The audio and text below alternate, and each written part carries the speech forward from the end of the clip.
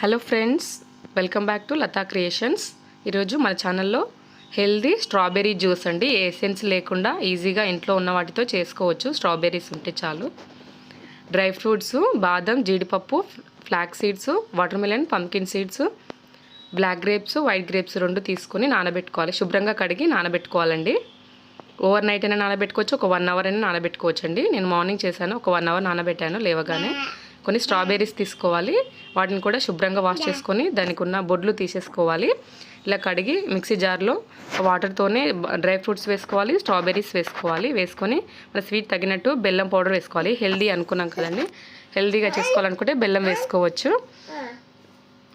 ఇలా మెత్తగా మిక్సీ పట్టాక కాచి చల్లార్చిన పాలు వేసుకోవాలి. వేసుకొని మళ్ళీ ఒకసారి బ్లెండ్ చేసుకోవాలి. ఇంతేనండి, చాలా సింపుల్గా ఇంట్లో ఉన్న వాటితో చేసుకోవచ్చు.